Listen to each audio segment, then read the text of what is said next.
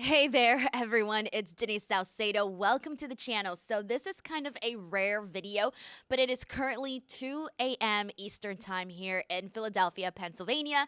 And I am in my hotel room, and I just came from WrestleMania 40 Night 1. So, I decided to do a quick review slash live experience at the show. And let me tell you, it has been a crazy freaking day.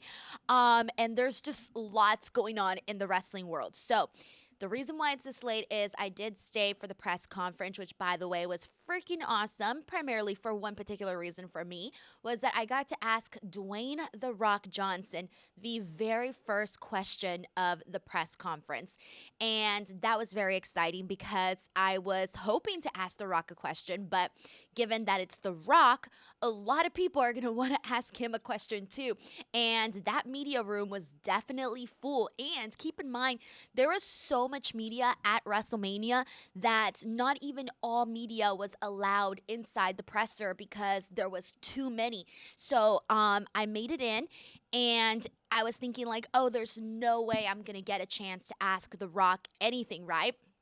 And so I sit down. I'm like kind of in this like moment of like, oh shit, like there's a possibility here. And part of me was like, okay, let me read the room and see what happens, right? So The Rock sits down, and the first thing he says is ladies first. And I'm like, holy shit. Right away, I like raise up my hand. Hi. I think there was like a body jolt in me. I raise up my hand. I'm like looking around, trying to see if the microphone goes. And then The Rock points at me and he says, like, like, you're the one, right? I'm like, oh my God. So they finally bring the microphone to me, and I asked him just like straightforward, how he felt coming out of his match. You guys can, of course, watch his very great answer that he gave to me in the actual presser that is in the here on my channel. But it was a very, very cool opportunity to be able to get to ask The Rock a question. So, that was honestly one of the highlights of today. And today was a very, very entertaining day. I also got to be at the ECW arena, and I got to go out on in the ring on the stage, and all of the people were there. It was completely full. I got chopped by Thunder Rosa. I mean, today has been a day, guys. So, but getting to ask The Rock a question was very freaking cool. And getting to be the first one to ask the question was very freaking cool. So, I'm very thankful that I got that opportunity to do that. But, anyways, we need to talk about this show. So, from the live event standpoint, I'll start off with this was a very, very cold show. Now, you don't need me to tell you that because they told you that on commentary a million freaking times. It was almost like if the Weather Channel was sponsoring WWE because that's how many times they announced the weather. But legit, guys, it was cold. Now, I'm not entirely too sure how the crowd came off on TV. I had some people like on my Twitter timeline telling me that they kind of felt it was a little bit like not that great. Now, they did put the sound for us in the press room, and it did sound all right, but it's different listening to it in the press room and then listening to it on TV. So on the press room it sounded pretty good, and basically like because I was sitting in the press box, thank God, because there's no way I would be able to sit anyplace else. Like, I'm from Los Angeles, guys. I can't handle this weather. That's why I'm wearing a fucking fake fur coat right now in my own hotel room because I'm still chilly.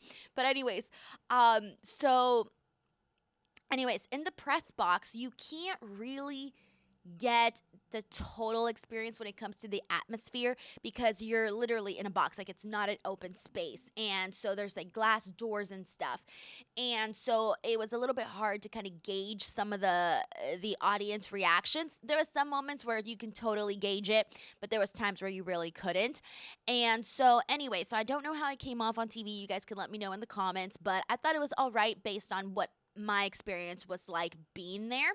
And so I'm gonna kind of go over the card, and just kind of give my quick thoughts. Now, I didn't take any notes, so I'm so sorry if I forget anything, but I'm just gonna go ahead and run through it and get through it like that. So here we go. The first match that opened up the show, which a lot of us were pretty much expecting for it to open the show, was Rhea Ripley versus Becky Lynch. Now, this one here, I thought, first and foremost, I thought this was the perfect spot for them on this card because one, there was already buzz about this match opening up the show, but for it to actually open up the show with the very cool entrances, especially the one that Rhea Ripley got, I thought that was really great. Becky Lynch with her gear where she had like writings of her book on her own gear, I thought that was really cool.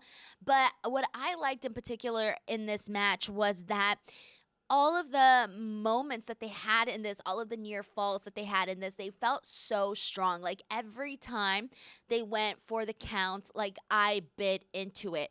And I think that was the thing that really stood out to me in this match, and I really thought that they delivered in the sense that this has been a sort of a dream match now for a very long time. So to see them go out there in the opening match and have the hard-hitting bout that they did, I thought it was one of the best matches of the night.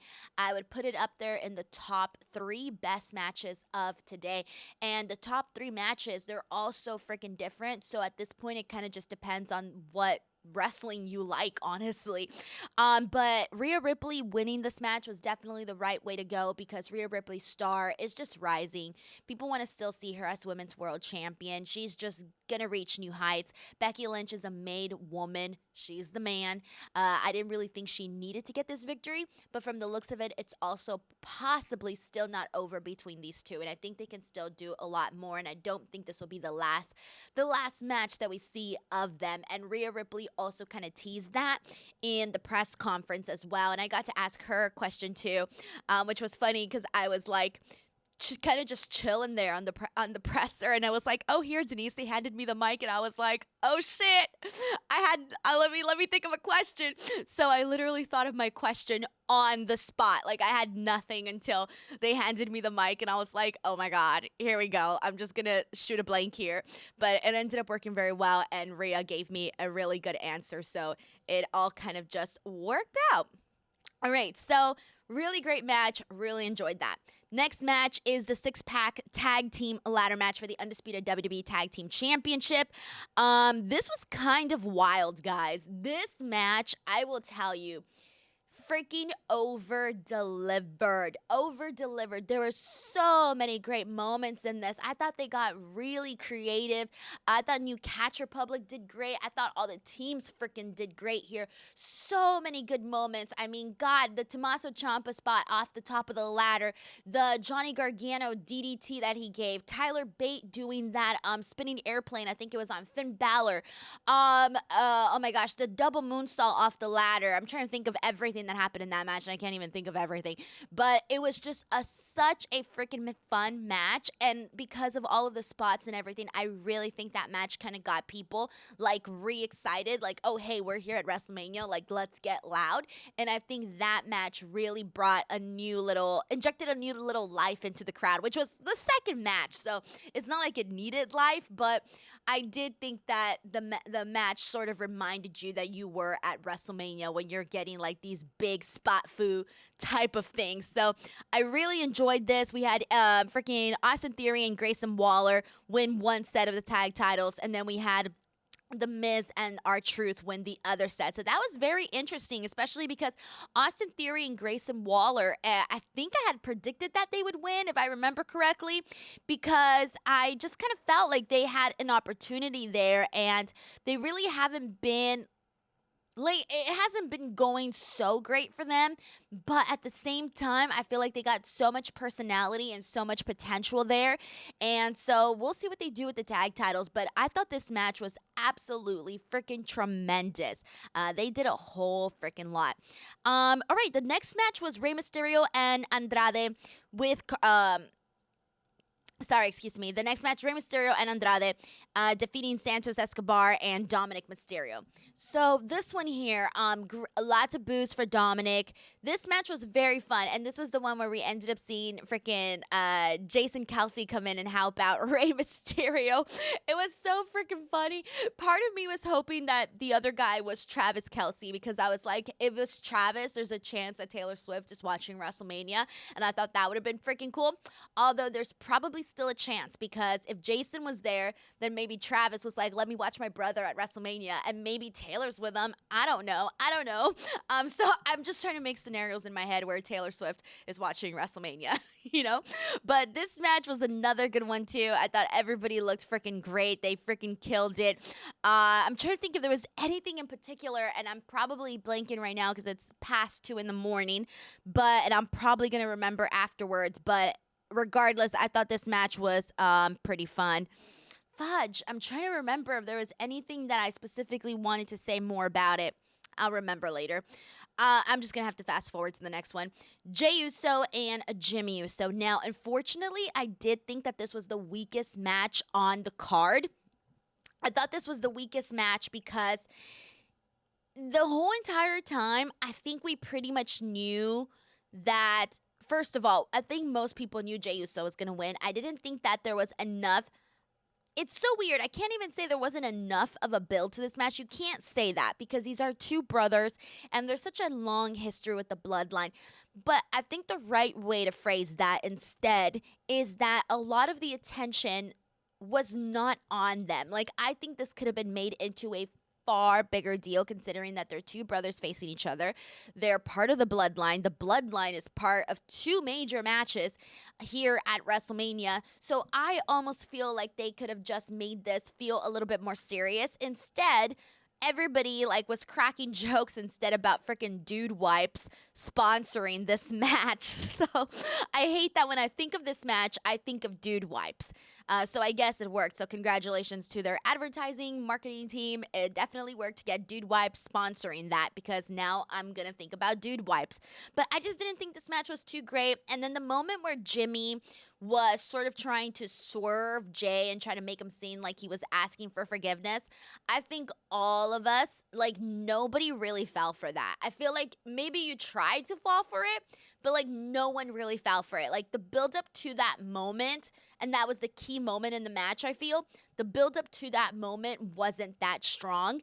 And so then when the moment happened, everyone was like, yeah, we already know you're going to betray him. And then he did, he fooled him and whatever, right? So, I think that this match just lacked it lacked a lot of spark in it. It just didn't have it. So Jey and Jimmy, unfortunately, were definitely the weakest match of the night. And moving on to the 6-woman tag team match. This was Bianca Belair, Jade Cargill, Naomi versus Damage Control, Damage Control, Asuka, and Kairi Sane. My bad. So this one here, first and foremost, in the press conference, Bianca, Jade, and Naomi were having the best freaking time. It looked like we were watching them have brunch because that's how much they were laughing and just having a good time. And there was something that they spoke about, Bianca and Jade. They spoke about how they basically they have an understanding. I guess when Jade first came into WWE, she said that one of the first people that contacted her was Bianca Belair. And Bianca basically told her, there's going to be people that compare us to each other, but it doesn't really need to be that way. And Jade Cargill explained it so perfectly. She said there are going to be some things that are meant for Bianca, and there are other things that are going to be meant for me. And I just thought it was so cool to see both of them who are going to be pitted against each other so much, regardless of whether or not they're friends. They are going to be pitted against each other all the freaking time. And they basically seem to have a really good understanding of how not to let that get to them and how to, instead of being enemies or wanting to root against each other, instead rooting for each other to lift each other up. And I thought that was really freaking nice. And it came across as genuine. It didn't come across as fake feminist bullshit. It did not come across that way at all. It came across as very genuine. And I think that was the thing that really stuck with me from that presser. But the match itself, though, I mean, the entrances, by the way, were so freaking cool. You had all three girls come out in this like platform, and they looked really cool. All of them in their getup and their gear, they looked phenomenal. Then they all walked down into the stage. It's this really cool moment, and of course, like, Bianca's out there. For her team, Bianca was pretty much doing most of the work, and Naomi too. So those two really carried the match there. Now with Jade, everyone kind of knew that we were going to wait for the hot tag for Jade. Jade finally gets the hot tag, and she goes out there, she hits a couple of moves, she gets the win for her team, and that was it. But here's the thing. I saw a lot of people on my Twitter timeline kind of being like, oh, I was disappointed, blah, blah, blah. That was it. But honestly, that's what I expected. That's exactly what I expected them to do. And I didn't hate it because, again, I expected that to be the outcome, the layout for Jade. They're keeping things really, really simple with Jade, guys, because Jade, it's not so much her pro wrestling, but rather her as a star. She's a star because she's got an aura and because of the way she looks. And so because of that, they keep her in ring on the minimal side. And so she still has a lot to learn, of course, but she can go out there and she can do what needs to be done, and she looks really good doing it. So shout out to Jade on that, her getting the victory for her team. That was very, very cool. All right, next up we have Sami Zayn and Gunther for the Intercontinental Championship. This is another one that I think a lot of people saw the writing on the wall, and that was that Gunther was going to be losing his longest, Intercontinental Championship reign, a historic reign for Gunther.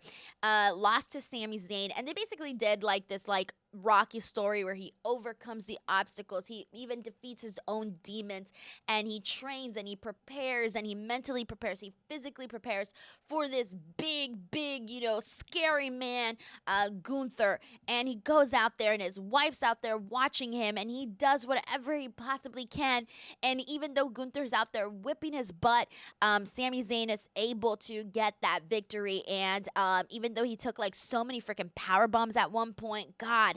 But Sami Zayn wins, and it was a very, very nice moment. And even though I was sad that Gunther lost the championship, I was still very happy for Sami, and that's kind of how I expected to feel coming out of that. So there you go. That was that. And the next match that I want to talk about is the main event. That's the last one that we had. My God, I'm just seeing here on Wikipedia, it says it was 44 minutes. I had no idea it went that long, although I'm not surprised. So, of course, it was The Rock and Roman Reigns teaming up against each other to face Cody Rhodes and Seth Rollins. Now, holy cow, I cannot recap to you everything that happened in this matchup, but some of the moments that I really remember and just my overall thoughts on this is that I thought the first half of the match was very slow. And I started to think, oh my God, this match is not what I thought it was going to be. And I was starting to get a little bit bummed, honestly. And they went out to the crowd, and I'm like, okay, things are getting a little bit interesting. But then they come back, and it's still a minute until things finally get going. And then out of nowhere, it was like someone said, turn the volume up.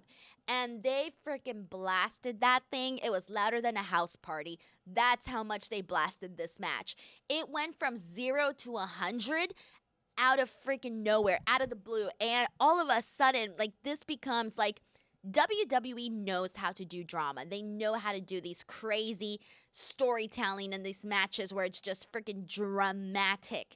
And all of the dramatics were here in this match. We got so much moments where I legitimately thought, now, keep in mind that I'm wanting Cody to finish his story. So I wanted Cody to lose this match with Seth because I worried that if Cody and Seth won this match, I worried that meant Cody wouldn't be able to finish the story. So it's kind of like I was cheering in reverse for a specific reason. And so when there was moments where they teased that Cody was going to win, I was like, dude, no. I think at one point they even teased Cody pinning The Rock, and I'm like, no, you cannot have this happen because then that would mean he wouldn't pin Roman Reigns, right? That's what was kind of going through my head. And so that really, really had me. The moment where we kept seeing, by the way, The Rock was not letting the referee do his job partially. He had to be impartial to The Rock and stuff, so that sort of played into the match a whole lot. But the moment where Seth Rollins moved Cody Rhodes out of the way and Roman Reigns ended up spearing The Rock, I was like, holy shit. That was the moment where I think I like jumped out of my seat. This match was very freaking entertaining, guys. They just went through it all. This was a lot. This was a lot, but in the end, I think it was worth it because even though, again, it was a long match and it probably didn't need to be that long, I think at the end of it, people left feeling good. I think people left feeling like, holy shit, anything can happen in professional wrestling. And this was a perfect example of that. And they made it work, guys. They made it work. The story was there. The dramatics were there. This ended up playing out very freaking nicely. So, loved it. The Bloodline wins. And again, I mentioned Roman and The Rock do take part in the press conference. So, check that out on my channel. And that, my friends, was WrestleMania Night 1. Now, I know this was this was a way shorter review than I normally do, but again, it's 2 in the morning and I'm still uploading content, and I didn't want this file to be so long so that it would actually upload on YouTube. So, I want to thank you guys so much for watching this video, and let me know your thoughts on WrestleMania Night 1 in the comment section below, and I will probably do a Night 2 video since I'm not leaving until Monday morning. So, thank you guys so much, and do not forget to subscribe. Check out the WrestleMania content on here, and I'll see you on the next video. Bye.